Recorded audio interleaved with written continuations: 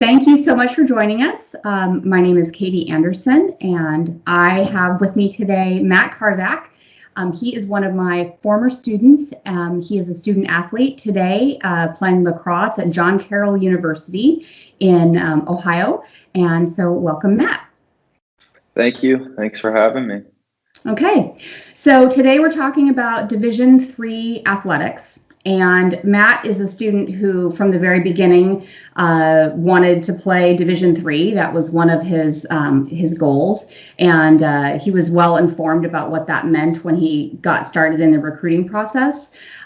So I thought of him as being a really great person to give us some insight about what that means. So I've got a number of questions for Matt. So the first one is, tell us about your Division III recruiting experience, and how many schools did you visit, and why is it that you came to make a final decision on John Carroll University? So for the recruiting process, I was lucky enough to have a cousin who played D1 and a cousin who played D3, and I kind of got an inside look at the differences between them and just the overall less intensity and the more free time you have in D3. And I kind of had a good understanding of myself as a player, knowing if I wanted to really try, I could go to a lower tier D1 lacrosse school, maybe D2, but I kind of knew I wanted to do D3, and I knew lacrosse was still a passion of mine, but it wasn't the end goal for me. I kind of had a good understanding of that. And I think recruiting is a very intense process at sometimes, because you'll get emails from coaches and sometimes it's just an invite to their camp and you have to decipher whether that is actual interest or if it's just an automatic reply. And I think now with technology and everything, most of the time coaches can automatically reply to you. And I think sometimes it's difficult to find that balance and really see if schools are interested in you or not, or if they're just trying to recruit. But it's definitely intense, but it's fun as well. It's fun to have people who want you to come play for them, who see something in you. And I think that it's refreshing to hear that from someone else as well. And it kind of gives you this sense of confidence that, oh, I can go play D3 lacrosse. I can do this. Someone else sees it in me. And I think that made it a lot easier for me to realize that I was making a good decision of playing Division III sports. And so I think I visited around 7 schools, and I visited, I think, 4 or 5 D3 schools, 1 D1, 1 D2. And I ended up choosing John Carroll because they were an up and coming program. They've only had a program for 3 years before I came, and it was an opportunity for me to play. And that was something that I really wanted. I just wanted to play lacrosse. I wanted to do something I loved while I go to school, while I'm in a new place. And that was a really big portion of my decision. And then coming to Cleveland, Ohio, sometimes it's hard to find a Division III school that isn't in the middle of nowhere. And it was nice to find a school that was right outside of a big city, has all the major sports teams. And it's fun. It's fun to be here. And then it came down to my major, and I really, really wanted to do sports studies. And that's kind of a new major. It's up and coming. Some schools have it, some schools don't. It's new at some schools, and John Carroll's was fairly new, but their program was pretty amazing from what I read online, from who I talked to about it. And it felt like a right fit. It was kind of those 3 things: the location, my major, and the sport. They kind of all aligned together, and that's why I ended up choosing John Carroll.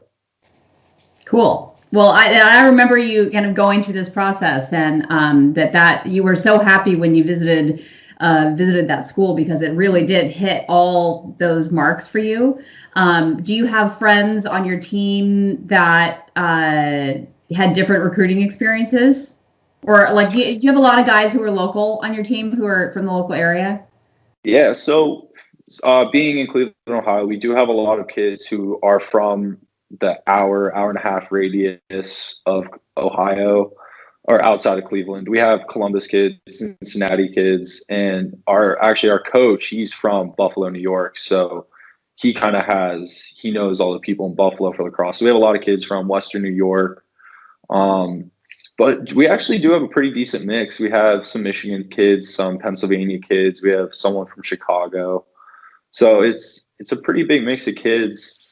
I know that D3 is a little different when you come in, because I know there's some kids who took the recruiting, like myself, who took recruiting very seriously, and they ended up going D3, where some of the kids on my team weren't very into it. They just wanted to kind of go to a school by their house, play lacrosse. John Carroll worked for them. So I know there's two different mindsets that some people had on their team that was differing.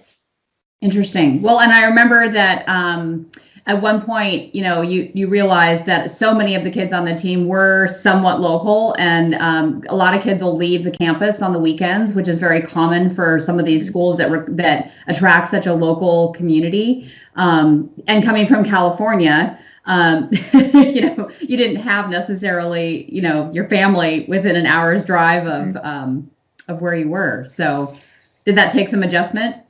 Yeah, it was definitely tough first coming here, I think. And especially the way colleges are set up now, the first 2 years of classes, you take more core curriculum classes than compared to your major classes. And that's one thing that I had a really tough time with, because I would be taking an English class, or I'd be taking certain classes, and I'm like, this isn't what I want to do. Why am I not studying sports? Like, this is what I want to do. Right. And that became very difficult for me. And then also just being away from home, you're basically thrown into a whole new world.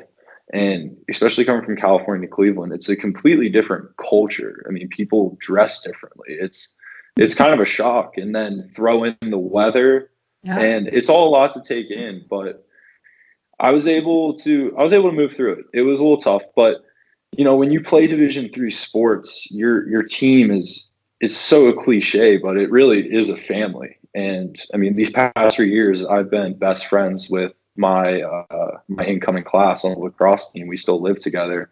And I think that when you're on a team, you really have those people that, maybe going through the same thing as you, or maybe since they're from the area, they understand it better, they can help you out. And I think just having the team there really helped me kind of basically move my life across the country and not have my family there. But it was tough, but it became easier as I started to get a groove. Cool. Okay, let's see. Oh, and you've had a few injuries over the last couple of years. So tell us about, what has happened, and also how you've dealt with it, and how maybe that's a little bit unique for a D3 program, the opportunities you've had. Mm-hmm. So my freshman year, I ended up hurting my knee, had to get a minor surgery on it, was unable to play that year. And then last year, I also was kind of in and out of practices with my knee. I was having a tough time with pain management. And it was hard. It was hard because when you look back at it, the last time I played a lacrosse game was my senior year of high school. And you're just like, I just want to play. I just want to play. And it's tough to just sit there, and it's so much fun playing college sports, the rivalries. And it was hard for me to just be on the sidelines, and it's just not the same feeling as being dressed. But luckily my coaches, they were awesome. They worked with me. I was able to help out the team with like social media stuff, and I was able to kind of find something to do, and to not just sit at practice and do nothing, but to help out. And that made a difference for me, because it still felt like I was a part of the team. It wasn't the team's over here doing this while I'm, in the trainers rehabbing. It was, we're all on the same team. Like, just because I'm injured doesn't mean anything different. And that made it really easy for me to still be around the guys, still want to play lacrosse, still want to be with them, even though I wasn't physically able to. Right. And you guys are in season now? Yes, we are. So are you continuing? I mean, you're on spring break this week, correct? Yes. So, and then are you going to be able to play games this spring, do you think? Or are you still injured? So right now my knee is still a little messed up. I think I'm going to end up needing to get another surgery this summer, and I won't be able to play this semester again. So, but this semester I'm actually working with the lacrosse team, and I've created a documentary, and it releases every 2 weeks, and we film the team, do interviews and stuff. And it's really fun for me because I get to be around the guys, and it goes back to, the whole family thing, and everything we do on campus is together, and you go and eat, you do everything, you'll study together. And sometimes when you're injured, you don't get to do that. But luckily for me, I was able to, still be with the guys, be around the team, and it's making it easy. It's making it a lot easier. Good. Good. That's great to hear. Yeah. Okay, so tell us about in terms of internships and things related to your major. When have you had those opportunities? Have you been coming back here? I don't even know, during the summers, or have you been working in Cleveland? So the past 2 summers I did fly home to California, and I actually didn't end up holding internships when I went home. I worked at Tilly's my freshman year, just a retail store, and then I worked at one of the Nike stores in Orange County. And it's good to get that experience, I think, to get people experience, because now I actually hold 2 internships right now. I'm a marketing intern for an Accelerate Lacrosse. It's a company in Cleveland. And then I'm the digital media director for the lacrosse team right now. And so I think that you're really able to learn how to interact with people, and that's so big. And especially being in Cleveland with all the sports teams in the area, it's kind of hard to not find an internship or a job. And even if you want to go down to Columbus, that's only 2 hours south of here. And Cleveland's kind of right in the middle. It's, you can go to Buffalo, you can go to Pittsburgh, you can go anywhere on the East Coast within a 2-hour flight. You can go to Chicago.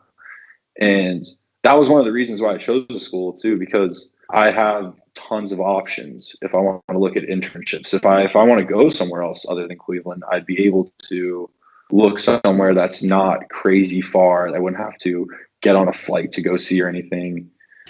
And yeah, but it's been great because John Carroll really helps with getting everyone internships, and especially playing lacrosse. I've had a lot of time to play lacrosse, and with D3 lacrosse and D3 sports in general, you don't have that much time together. It's not the same as D1. And for fall ball, for us, for practices, we had 16 practices, and that's 16 practices for one semester of college. And in the grand scheme of things, it's not a lot of practices. And so with that, it does come a lot of time for you to kind of explore opportunities, kind of do your own thing and learn. And you don't feel pressured coming your junior and senior year to find an internship, because you've kind of been doing a little bit here and there through your whole 4 years. Right. And that's not the experience you would have had at a D1 at all. No. Yeah. No, it's when it comes to D1, you basically would have to do your internships in the summer. You don't have time during the school year, especially with mandatory study hall, the lift. They have more lift times that they're allowed to go to, more practice time. They're just allowed more time to do team stuff together. And I think that's a huge difference compared to D3. Right. So since you are involved in the digital media world and social media world, talk about a little bit, like, do you get involved in recruiting at all, or are you just doing the outgoing, the team videos and then posting stuff online? I'm not really involved in the recruiting at all, but I know that a lot of our social media posts, and one of the goals of this video is to just showcase our school. And I know that a lot of schools are starting to go towards having this digital media content on their Instagrams, their YouTube, Facebook, where you can get an inside look. And I think that it's tough when when you're meeting someone and you meet a coach, and sometimes you meet a coach and he tells you what you want to hear. Mm-hmm. And you think, oh, like this guy's awesome, he loves me. Then you come day one and it's a completely different coach. And I think sometimes it's nice to go on social media and really see what the program has to offer and see what they have. You can kind of get a good sense of what you're going to get yourself into and what the program's goals are and everything. Right. But I think social media and recruiting is a very big thing, especially on the recruit side, because these coaches my coach has told me multiple times about guys who have posted something or whatnot, and they've just been like, we don't need them, because the coach always says there's always middies and attacking out there. If one guy slips up in the recruiting process, we still have an opportunity to get someone else. And in a sense, you're almost always replaceable, and you kind of have to be on your best behavior. And like, I know our coaches, they'll follow recruits on Instagram, they'll follow them on Twitter, and you just have to be careful. You don't want to put yourself in a predicament where you can, lose a great opportunity. Right. Absolutely. It's become such a big deal. And I can't emphasize it enough, because I think most kids are at least aware of it, but and also using it for the positive side of being able to reach out to those schools and give schools an update about yourself. I mean, when you went through this, I don't think that social media recruiting was as popular as it is today. I mean, just the explosion in the last few years has been huge. Yeah. So, that's great advice. Let's see. And I would just assume that based on everything you've said so far, that you're pretty happy with sort of the work-life school balance that you have right now. Yeah, I was. I have to say, when I first came in, I was worried, because when you hear college, you think studying, exams, like all this crazy, 20-page papers. And I came in, it wasn't as bad as I thought it would be. And I was really able to, have a social life where we were able to hang out with friends and everything, but I would also have enough time to get my schoolwork done and have enough time for practice. And I think when it comes to D3 too, one of the biggest things is you don't have that much time with the team. And it really puts a lot of pressure on the player himself you got to work out on your own, get in shape. And, if you come in, you only have so many days to practice with the team and show the coaches what you got. And so if you come in for the first week and you're out of shape, mm-hmm. you kind of starting off on a bad foot. And with D3, you really have a good balance of being able to, put in your own personal work, do the work with the team, and also get your schoolwork done and be able to still have some college fun. Excellent. Have you been able to travel much in, like, get off campus, and besides sports stuff, besides sports travel and playing against other teams, have you been able to explore the area much? Yeah, we have. We, especially now, our junior year, a lot of us have cars. So we'll go into downtown Cleveland and there's just shopping, just walk around. It's a good time. We're my group of friends, we're a lot of doers. We like to do things. So we will go paintballing in the area. We'll go play basketball together. We will play Xbox. We'll do like big Xbox tournaments and stuff. We kind of do it all. We like to get around the town and just kind of leave the house and stuff. Great. Let's see. Oh, I was going to ask you, did you, when it came to, being now in this process for a couple of years, was there anything that you didn't know about, something that shocked you, something that surprised you that you've sort of learned over time about, what it meant to be a Division III athlete that you couldn't have imagined back when you were a junior and a senior in high school? I think the biggest thing that I didn't really realize was how much work you need to put in outside of practicing with the team. And when you kind of look at, social media and just the media in general presents college athletics to you, you think Division I basketball, you think Duke, you think all these big time programs, and you think about the facilities and everything they have.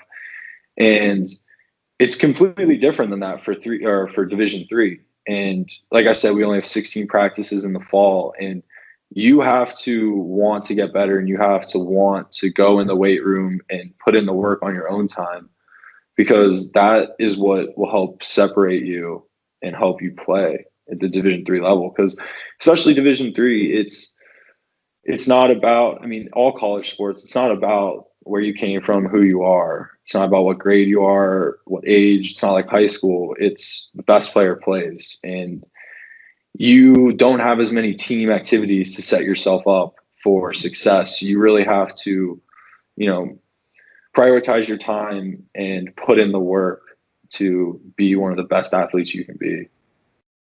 Great. Yeah, it strikes me that the level of self-motivation is a big difference. I was just recently back at my 30-year college soccer reunion at Duke. And as we toured the facilities, and I mean, it was like being at the Olympic Training Center. It was insane. Yeah. And I realized that the athletes there are very much just, I mean, you just go from one thing to the next, and you kind of have your schedule set. And I don't know that many of them have to spend time on their own doing additional training, because it's also built into their life, right?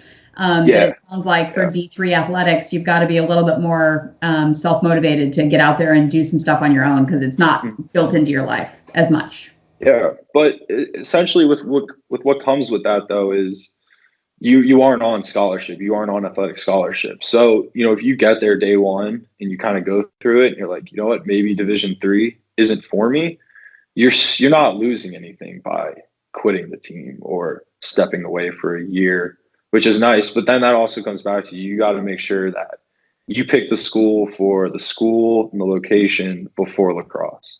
Right. You don't pick a school for lacrosse, because I have countless friends at home who went D1, D2, D3, played lacrosse. They were, the hot prospects, hot recruits coming out of high school. And then they go to these big time D1 schools and they're there for a semester and they're back, because they just don't want it. But then they also don't want to be stuck in Rutgers and stuck in New Jersey. And so I think it comes down to, you really have to pick a school that you love and that you'll stay there no matter what happens. That's great advice. And I have seen those stories and heard those stories as well. And it's heartbreaking to think that you had this opportunity to go off to college and make a smart decision. And not everything's always in your control, but picking the school because you really want to be at the school, not because you love the coach, or that you, no matter what, you really do want to stick it out for 4 years, and that's the right place for you, I think is super smart. Well, on the last, just as a last question, is there anything that you would want counselors to know when it comes to the process, or, an insight that you haven't shared yet, something that you think is just really important that maybe isn't so obvious about, Division 3 athletics, or the recruiting process, or the academic side of it, any of that? I think one of the things that I've learned is every year we'll get our schedule, and it'll be schools I've never heard of ever. And I'll be like, where's this school? Like, I've never heard of this school before. And I think that's one thing that isn't really talked about as much, is that there are so many Division 3 schools out there. If you go pretty much any state you go to, if you want to go to a specific state, you can find a Division 3 school there. And I just think when it comes to Division 3, you have so many options, and that, don't limit yourself to where you're looking, because there's so many great D3 schools all over the country that can offer you great things. And sometimes you're just not looking for it. And I think, having a broad view of looking at different places, that maybe if you're like, oh, I don't want to go to Georgia, but the school's cool, like, look at it, because you never know. And I think there's so many opportunities for D3 athletics that if you want to play lacrosse in college, you will have an opportunity. Great. Okay. Well, thank you so much for your time. I so appreciate it. It's nice to chat with you after all this time, and good luck with the end of school. Are you going to be back here this summer, or are you staying in Cleveland? This summer I'm staying here. It's my first summer away. Okay. It'll be hot. Yeah, I know. Fantastic. Well, thanks so much. And we will talk to you soon. Okay. All right. Okay. Thank you. Thanks.